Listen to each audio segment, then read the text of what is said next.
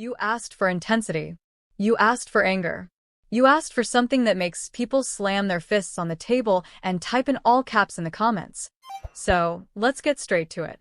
What if I told you that at WrestleMania 42, one of these men walks in as the final boss of an era, and the other walks out as a broken memory? What if I told you that this isn't just another dream match? This is unfinished business. This is pride. This is ego. This is legacy on the line. And if you think you already know who wins between Seth Rollins and Brock Lesnar, I promise you don't. Before we go any further, I want you to answer this in the comments. If this match headlines Mania 42, who deserves to walk out as the face of WWE? No safe answers. Pick a side. Because by the end of this video, you're going to feel something. Anger. Respect. Maybe even betrayal. Let's talk about how we got here. Seth Rollins and Brock Lesnar have collided before. And every time they did, it changed something. Go back to 2015. Money in the Bank. Rollins cashes in at WrestleMania. He steals the spotlight. He becomes the architect. And guess who is standing in that ring? Brock Lesnar. Rollins didn't beat him clean. He didn't overpower him. He outsmarted him. That's the story of their rivalry in one sentence. Brains versus brutality. But here's the uncomfortable question. Has Seth Rollins ever truly beaten Brock Lesnar on equal ground? Yes, he beat him at WrestleMania 35. Yes, he shocked the world. But let's be honest, that match started with a low blow. Controversial. Desperate. Necessary? You decide. Drop this in the comments right now. Was Rollins' win at Mania 35 genius or cowardice? Because that matters. It matters heading into WrestleMania 42. Now, imagine this. WrestleMania 42. The lights go out. The crowd is split.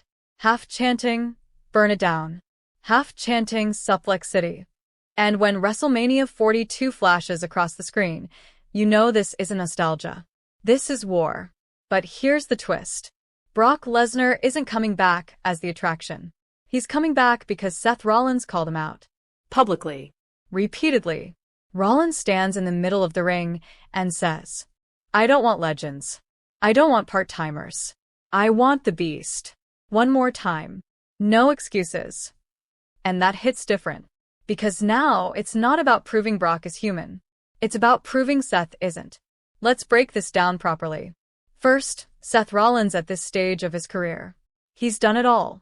World titles, main events, faction leader, visionary, revolutionary, messiah.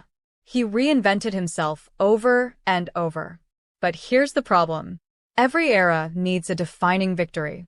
Think about it. For John Cena, it was defeating The Rock. For Roman Reigns, it was becoming the tribal chief and running the company for years. What is Seth Rollins' defining conquest? Is it cashing in? Or is it conquering the beast once and for all clean? Answer me this. Does Seth need Brock more than Brock needs Seth? That question alone could start a war in the comments. Now, let's talk about Brock Lesnar. Because here's the part that will make some of you furious.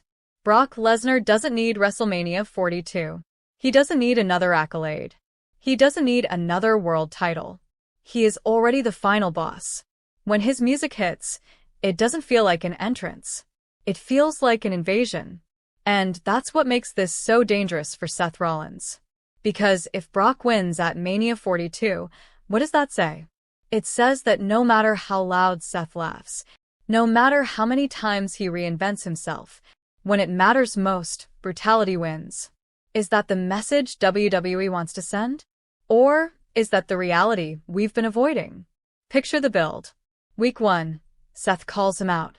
Week 2, silence. Week 3, Heyman returns. And when you see Paul Heyman holding a microphone, you know it's about to get uncomfortable. Heyman doesn't yell. He doesn't insult. He just calmly says, My client doesn't fight for ego. He fights to end careers. And suddenly, this isn't a match. It's a threat. Let's fantasy book this properly. No gimmicks. No triple threats. No interference. One-on-one. Pure violence. The bell rings. Brock charges. German suplex. Another. Another. Rollins gets tossed like he's weightless. 5 minutes in and you're thinking, this is over. But then, Seth laughs. That manic, unhinged laugh. And he slaps Brock across the face. The crowd erupts. Because this is what makes Rollins dangerous. He doesn't just endure punishment. He adapts. He survives. He evolves mid-match. Question for you. Who sells Brock's offense better, Seth Rollins or anyone else in WWE history? Be honest. Now, let's talk psychology. Because this match isn't just physical. It's personal. Brock Lesnar represents dominance without attachment. He shows up. He destroys. He leaves. Seth Rollins represents investment. He bleeds for the company. He carries it weekly. If Rollins loses at WrestleMania 42, it reinforces the idea that loyalty doesn't matter. That part-time destruction is superior to full-time dedication. Does that sit right with you? Or does that make you angry? Because it should. Imagine the near falls. F5. Kick out at 2.9. Curb stomp. Lesnar kicks out at 1. 1. And the arena explodes. Because now it's psychological warfare. Brock stands up immediately after the stomp and smirks. Rollins realizes, this isn't the same beast he beat before. This is a Brock with something to prove. Here's another common question. If Brock Lesnar wins clean at Mania 42, does that damage Seth Rollins' legacy? Or does it elevate Brock to untouchable status? I want detailed answers. Not just yes or no. Let's talk endings. Option 1. Seth Rollins hits 3 consecutive stomps. 1, 2, 3. Brock doesn't get up.